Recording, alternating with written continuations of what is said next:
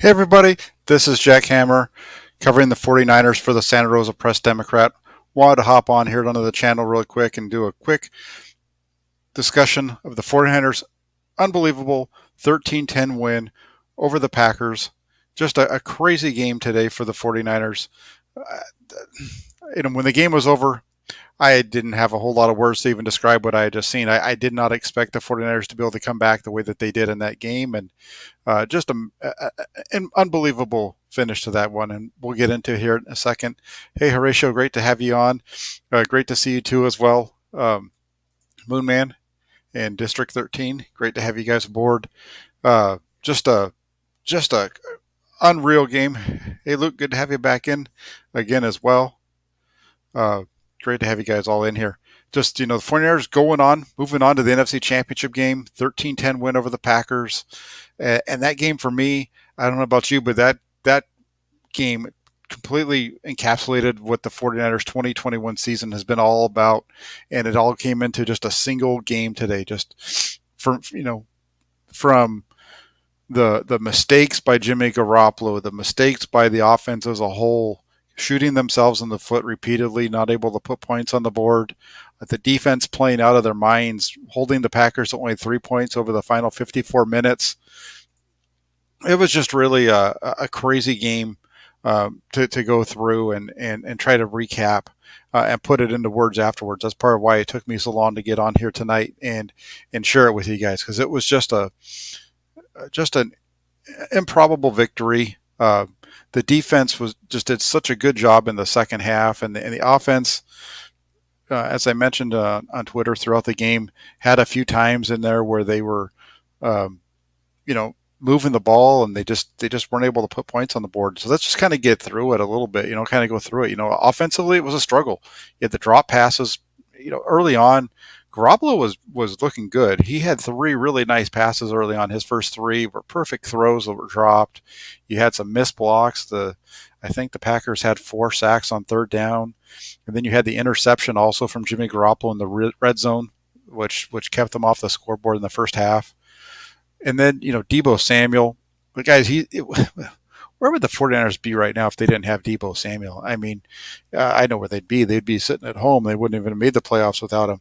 But the way that he played today, he comes out in the second half, returns the kickoff all the way out to midfield, and that really helps them out, right? They get out to midfield to start that off. The second half, the offense drives right down the field. It looks like they're in prime position to tie the game, and they shoot themselves in the foot again when Elijah Mitchell gets called for the face mask personal foul on a run that should have set the 49ers up inside the 5-yard line. Instead, you get that face mask personal foul, drops them back to the 19, and then you have an illegal formation penalty on the next play that pushes them back to the 24. And then instead of tying the game, the 49ers are going to have to settle for a field goal and give it to, only get it to 7-3. It stays there throughout. The defense holds Green Bay continuously, stalling them, over and over again. The 49ers come up with another drive, get themselves into the Green Bay red zone, and again they can't get on this. They don't get any points, and they also just turn the ball over again. Right, the 4th and 1 stop by Mitchell. Just that's the second time in the game that happened. You had the interception in the first half by Garoppolo, and that one there, and now it's 7-3, and Green Bay drives the ball down the field, makes it 10-3. Actually, I think it was 10-3 at that point, and you just kind of feel like the game's over, time's running out, and defense, as they've done repeatedly in the second half of the year, you get that big sack from Eric Armstead on third down, forces a punt, and then Jordan Willis. Oh my gosh, you can't say enough about what Jordan Willis did in this game, and we'll talk about that in a minute. But he comes through and he gets his big hand up, knocks that ball straight up in the air. Everybody's looking around trying to find it, and it just happens to land right next to Talanoa Hufanga, who picks it up and takes it in to tie the game up at 10. Just outrageous the way that went down. And even before that, with Jordan Willis, if you go back to the end of the first half, you get the big sack by Nick Bosa that forces Green Bay to have to settle for a field goal attempt at the end of the first half. And Jordan Willis sets up Jimmy Ward for a field goal block. They get the block on the field goal, but it's set up by by Jordan Willis, coming down and knocking the arm down of the offensive lineman, and with his hand coming, not being able to go out and being down, it allows Jimmy Ward to come through and block the field goal. Just huge plays by Jordan Willis, two of them that result in a 10-point swing for the 49ers. And this is a guy who nobody really probably even thinks about, other than the fact that, very often, because he's a backup defensive lineman and so on and so forth. But he just had a huge turning point for the game. And then the defense goes right back out, shuts the Packers down again, and the 49ers offense finally gets itself in gear. They, drives the ball down. Garoppolo with a couple of quick passes to George Kittle and Deebo Samuel, and those two passes would get the 49ers right across the 50-yard line real quick. And then you have 3 runs by Deebo Samuel to get the ball down inside the 30. Mitchell Juszczyk with a couple more yards after that sets up a 5-yard field goal from Robbie Gould. I don't know about you. Watching from home with the conditions that they were in, with that snow coming down sideways, and you knew that he was kicking with the wind there, but just those conditions and the way that the field was so slippery and everything else. When that ball went up and it went through, I was stunned. I didn't think that there was a chance in heck that 45-yard field goal attempt from Gould was going to come through, but it did. Split the uprights. It was perfect right down the middle, and you can't say enough about that kick and what it took to get that through. And as they've done all year, the 49ers overcame adversity. They kept battling for their teammates, and they left everything they had on the field until the ball split the uprights as the last seconds ticked off the clock, and they won the game. And I did notice over in the comments section, there was definitely some talk about it. And Tommy, thank you for the donation. I was just about to get to that. Thank you for the $2 donation there. What's with Trent Williams on crutches? That's correct. He was seen after the game on crutches, having to get an X-ray to check on that. No word on it yet as to the extent of the injury, but they just gave it all up on the field. Trent Williams, he continued to play in that game through the injuries, battled through it. Deebo Samuel getting knocked out of the game for a couple of plays when he just got blasted on that screen late in the third quarter. Just a huge game from so many different people, and just amazing game for the 49ers. Just kind of looking through, definitely you can tell you guys are fired up. Yeah, like Tommy said, the Willis, and that's true. I forgot all about that. Not only does he have those 2 big special teams plays, but Tommy, like you said, he did that while playing with a high ankle sprain that he suffered last week, and making those plays. And I'm with the young Montana here. I'm still in disbelief. I am too. I didn't, when it was. Just go back through the game. The number of times the 49ers hurt themselves and the points that they took off the board on their own behalf. But in this game, it really came down to turnovers, right? The 49ers had 1, Green Bay had 1, but when you take into account the blocked field goal and the blocked punt, that's 2 more. Really, those are like 2 more turnovers. Those took points directly off the board. The missed field goal takes points off the board for Green Bay. The blocked punt puts points on the board for the 49ers, and the 49ers win this game as a result of it. Just kind of looking back at it, I had talked about the 49ers' ability to run the ball and how important that was going to be. They struggled with that early on. They kept coming back to it. They kept coming back to it. It clicked a little bit more in the second half. Late in the first half, beginning of the second, you saw it start to click a little bit more. The 49ers finished with only 106 yards rushing on 29 attempts, so not too bad. It was about 3.7 yards. That was helped out a lot actually by a long run from Kyle Juszczyk on a little quick trap right up the middle. But Elijah Mitchell led the way on Saturday night. He led all carriers for both teams with their 53 yards. He had 17 carries. Deebo Samuel had another 39 on 10. Those were very tough carries from Deebo Samuel. He showed his toughness, shook off that injury on that third quarter screen, and he had those runs really at the end. He had the couple of completions from Garoppolo gets him across the 50, but then from there it's really Samuel picking up the next 12 yards to put them in down close, and then like I said, Mitchell and Juszczyk come up with another 2 yards, and they kicked that field goal at the end. And I think a big part of this was, I'd asked before the game, can the 49ers offense take away the Green Bay running game, kind of force them to be one-dimensional, and they kind of did. The 49ers were only able to average 3.7 yards per carry. On the other side of the ball, Green Bay was only able to pick up 67 yards on 20 rushing attempts. So it's kind of a mixed bag for both teams, but for Green Bay, a team that really had been running the ball well, likes to try to stay balanced. They weren't getting much done either, especially when A.J. Dillon went down in the fourth quarter, and when you saw them have to stick with Aaron Jones, the running game went away a little bit, and then on those final two possessions, they had the field goal, the big field goal drive that they had to go up 10-3, which there was a number of runs there, but then with the score at 10-3, you saw them only run the ball one more time the rest of the game.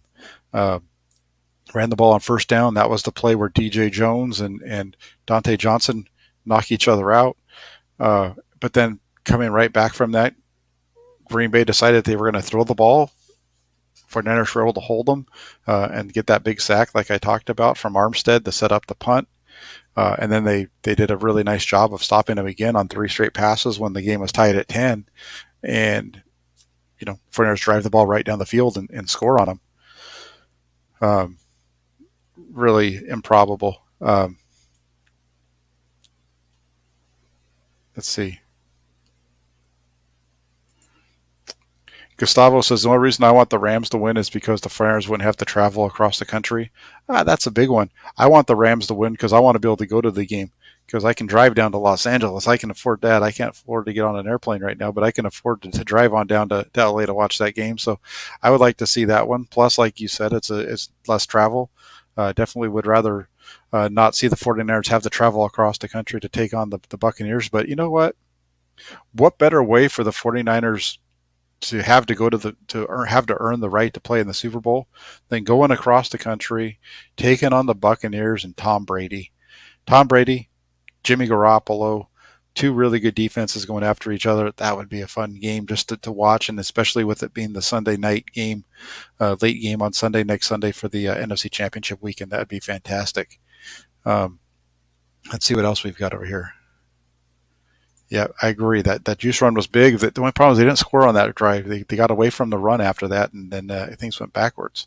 I agree with you here, Luke. I was really pessimistic after learning about Thomas being out too. I talked him up quite a bit during the pregame show. Wasn't even active, and then they did a really good job of going after Johnson, like you said here. The 49ers, I think, were playing a little soft at that point, trying to just get into the rhythm of the game, and they went right down the field. And then after that, the 49ers defense really stiffened up, and they were able to start. The 49ers defensive line got pressure on Aaron Rodgers from the get-go. He was getting the ball out of his hands quick. That was the only reason why they weren't hitting him.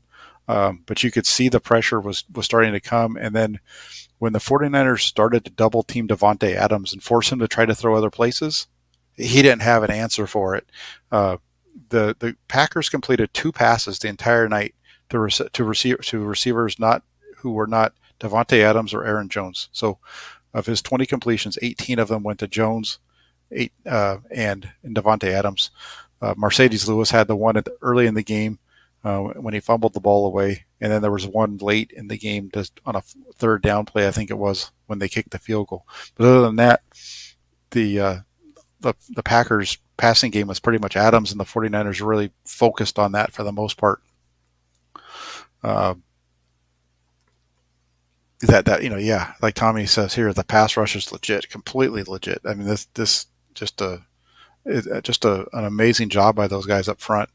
And Eric Armstead, who I give a lot of heck to, had a big game on today. Had a couple of big ones. Had a couple of big ones there for sure. Big sacks.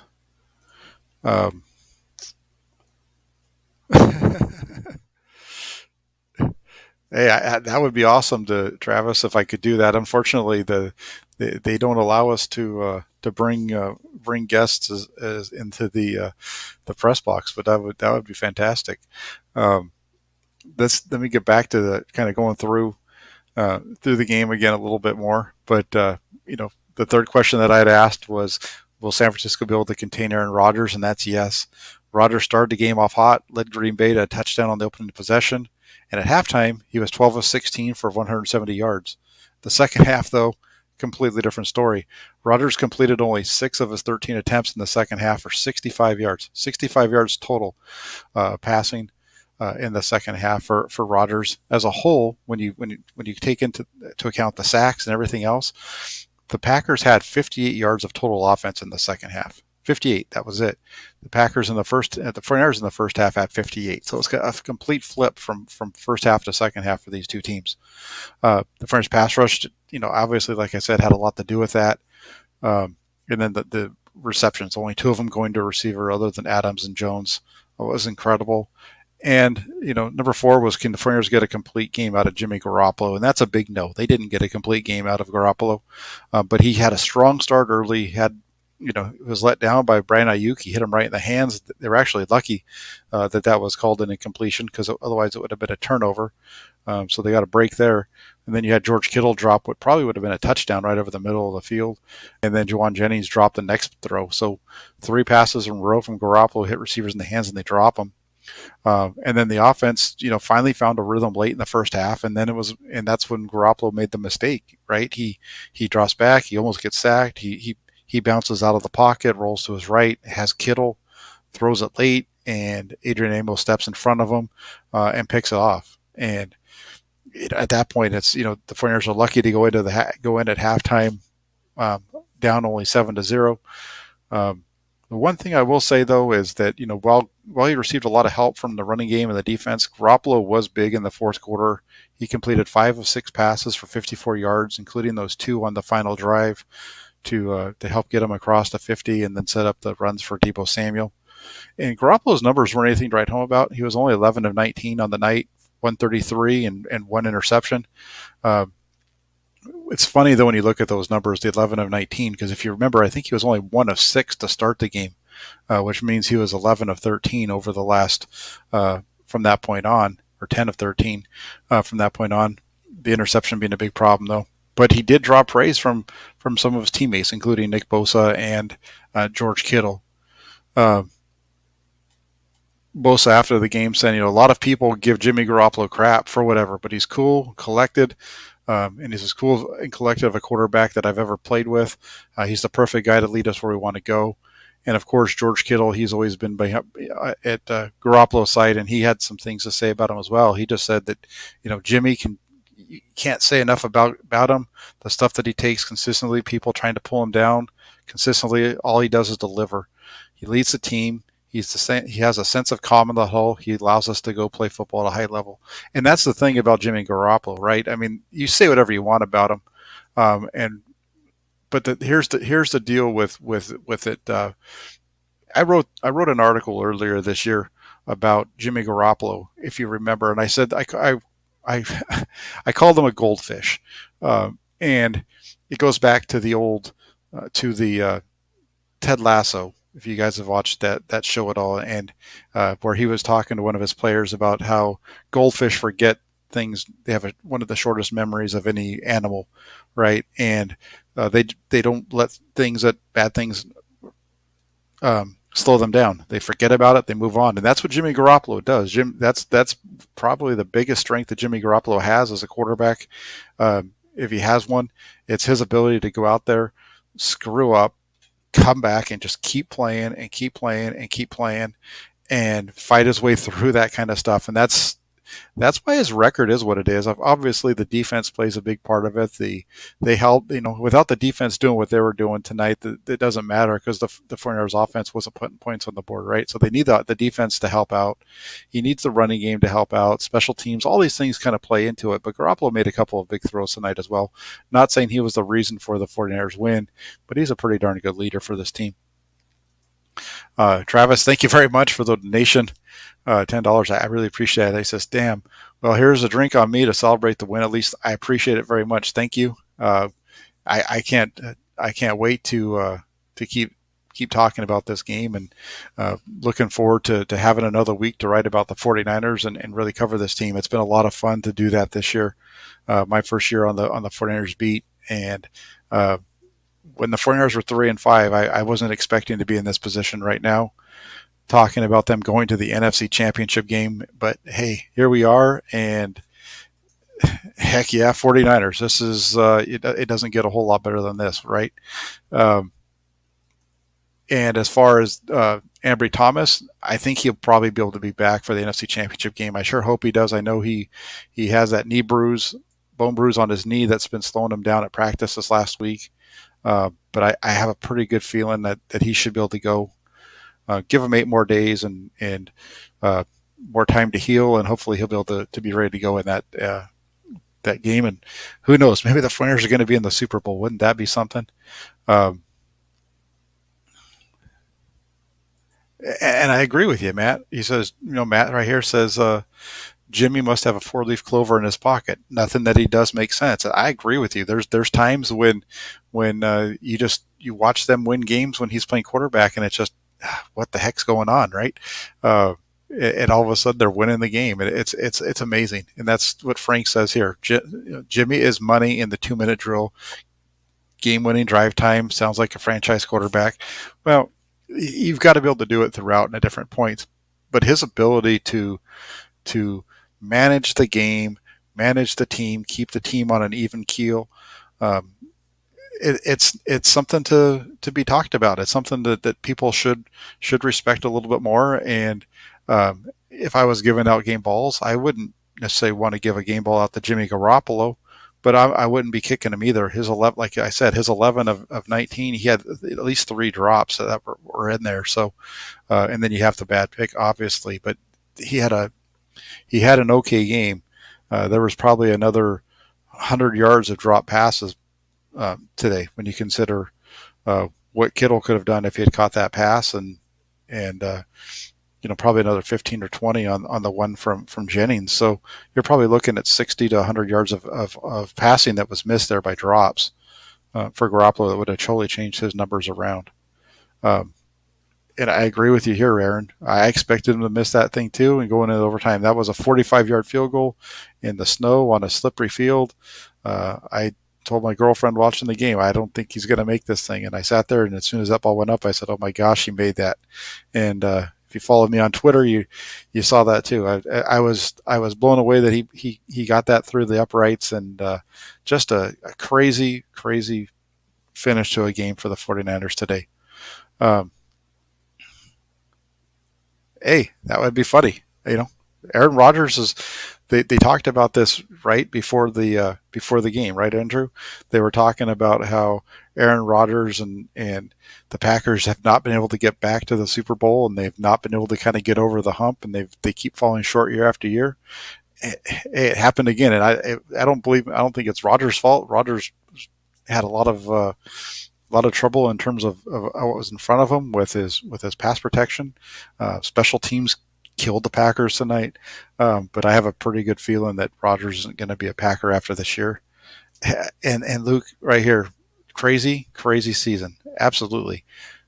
49ers, I remember sitting at Candlestick Park not Candlestick Park, holy moly, in Levios Stadium in the press box when the 49ers lost to the Cardinals, and they dropped to 3-5 on the season. And I looked to sit next to Grant up in the press box, and I turned to him before we walked out, and he asked me what I thought, and I said, I think the 49ers are done. They just don't have it this year. And they came back the next week, and it's ever since then, it's all history, right? They've gone out, and man, they turned this thing around the following week against the Rams, and they really haven't looked back. They made some changes mixed in there with their defensive line. They started getting the ball in the Deebo Samuel's hands more and more often, and man, they've been a completely different team over the last. Now we're at 11 weeks, 9-2 over the last 11 weeks, and going into the NFC Championship game. Just no way did I think that they'd be in this situation. And the fun part about this is that there's guys that I've been very harsh on Kyle Shanahan at times, and I can't sing enough his praises for what I think the job that he's done this year. Eric Armstead is a guy who I think is going to be a little overpaid when it comes to next year at $20 million a year, but what he's putting on the field for the 49ers lately has been top notch, and he is showing himself as a very good defensive tackle and overall defensive lineman, but he's at his best when he lands up in the middle. And that move to put him inside full time was huge for the 49ers. And on top of that, you have Nick Bosa. Nick Bosa is the linchpin of the whole thing because he draws so much attention. He allows everybody else to be one-on-one. And guys like Armstead can win those battles, and Samson Ebukam with a sack tonight. And, Bosa had 2 of the 5 sacks for the 49ers tonight. So it's just been a crazy, crazy season. And here we are. One more week going into week number 20. And, one step away from the Super Bowl. You can't complain about that.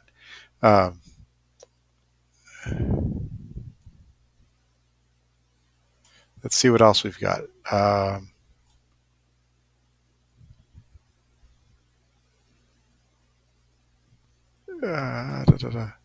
Yeah, this one real quick. I know this isn't 49ers related, but never say Joe Burrow is soft. Sacked 7 times and still won. Hey, yeah, hats off to Joe Burrow. They got that interception late.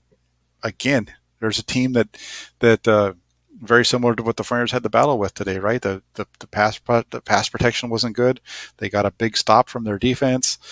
One completion puts them in field goal position, and then they get the field goal as time expires. So both games today, the number 1 seed gets knocked off, and they both get knocked off on a field goal as time expires. Just a crazy day in the NFL today. Unbelievable. I would like to say, let me see. There's a couple of other ones over here. Let me get to one last thing. And this was my last piece, and it was, can the 49ers hold on the football? And that was a no. The 49ers turned the ball over once. Garoppolo's interception was the big one. The Green Bay faltered, though, as well. You had Mercedes Lewis fumble. 49ers couldn't make anything of that, but then you had those 2 big plays we talked about earlier, the blocked punt and the blocked field goal. Both really Jordan Willis setting those up, and those really are like turnovers. And it helped the 49ers keep points off the board at the end of the first half and going down by only 7. And then they get the touchdown by Talanoa Hufanga on the block late and ties it up. Just a crazy, crazy, crazy finish. Yeah, let me see over here. I thought I just saw one.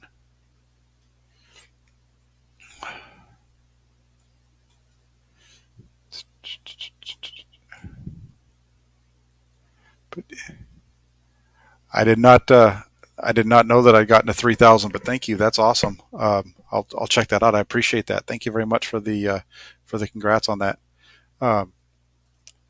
Yep, these guys are coming to play on a weekly basis, and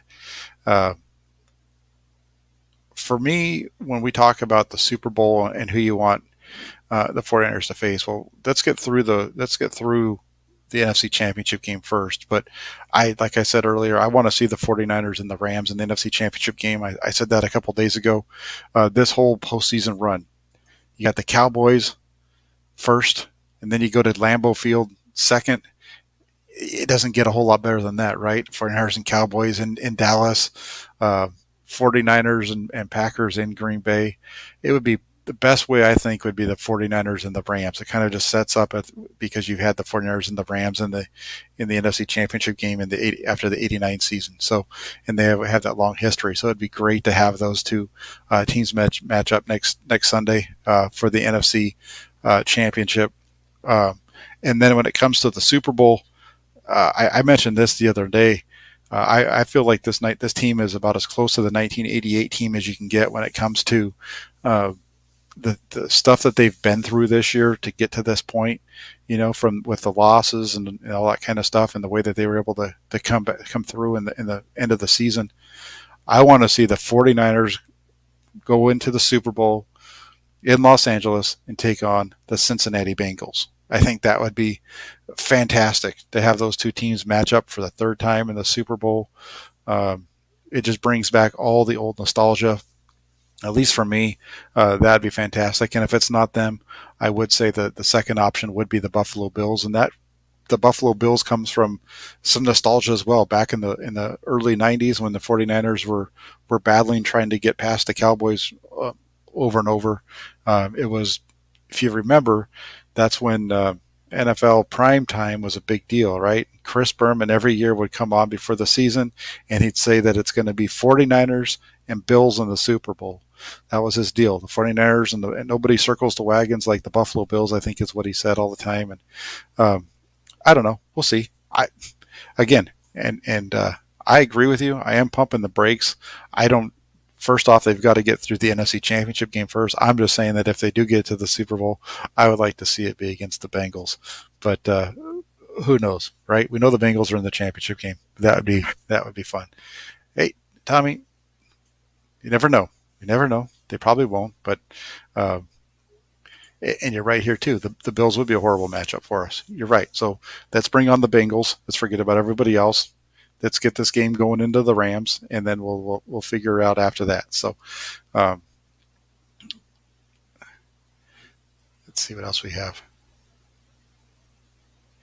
I don't know about this one. Brady licking his chops. Now that he's re-energized. Now that the Packers are out. I don't know about that one.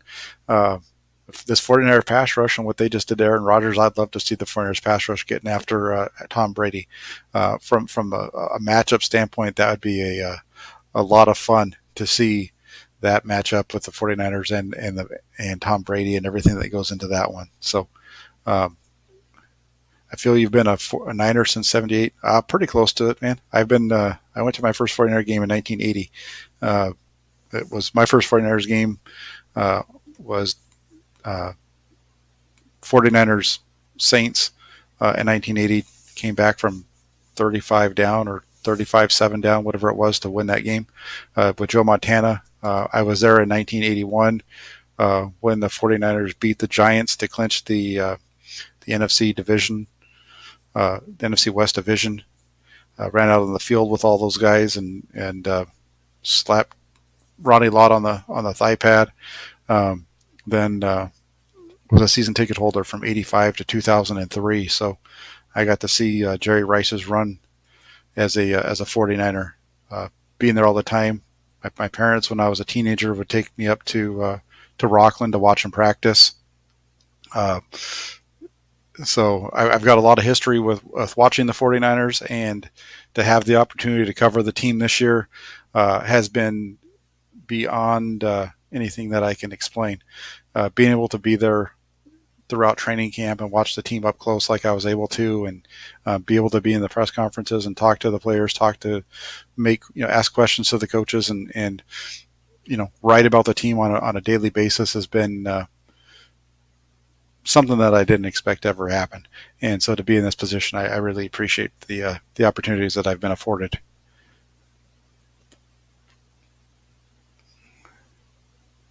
Yeah, that's true. That's one of the worst trades in the history, right? Was the 49ers trading all those picks away to bring in O.J. Simpson. That was one of the bad ones. Let's see if there's anything else. I think we're kind of running to the end here, but big game, big win for the 49ers. I'll just wrap this up by giving out some game balls. I think that the first game ball has to go to Jordan Willis. Jordan Willis with the two big plays on special teams as well as his play on defense has been a big factor for the 49ers throughout the run here of late. I think if you go back to even the Dallas game, the interception by K'Wan Williams was set up by pressure from Jordan Willis. So he's been playing huge, but he gets a game ball for today.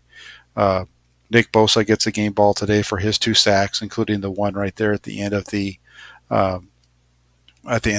first half. Deebo Samuel gets a game ball for his running and receiving the plays that he made to help set up the 49ers.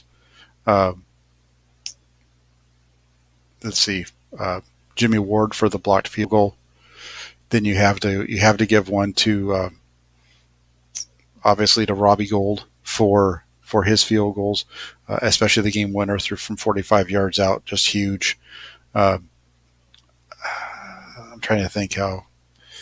I think that's about it for me as far as the game balls would go at this point. But hey, Richard Hightower, he's a guy who people have been knocking him quite a bit, and his group came through huge today.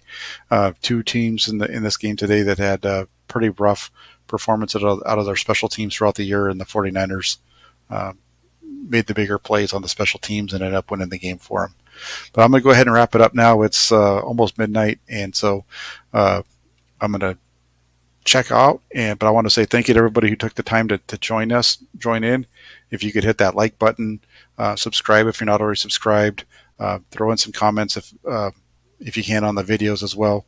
All those things are liked by YouTube, and it helps with the way that the stuff gets promoted. So just want to say thank you all for joining. If you can, also get yourselves over to 49ers.pressdemocrat.com. The Inside the 49ers blog over there, that's where I write. That's my main source of revenue when it comes to the 49ers and this profession that I'm working on. So get yourselves over, 49ers.pressdemocrat.com. Hit that like button, subscribe, and comment. Thank you all very much. Have a great night, everybody, and I will be back throughout the week with more content. Take care.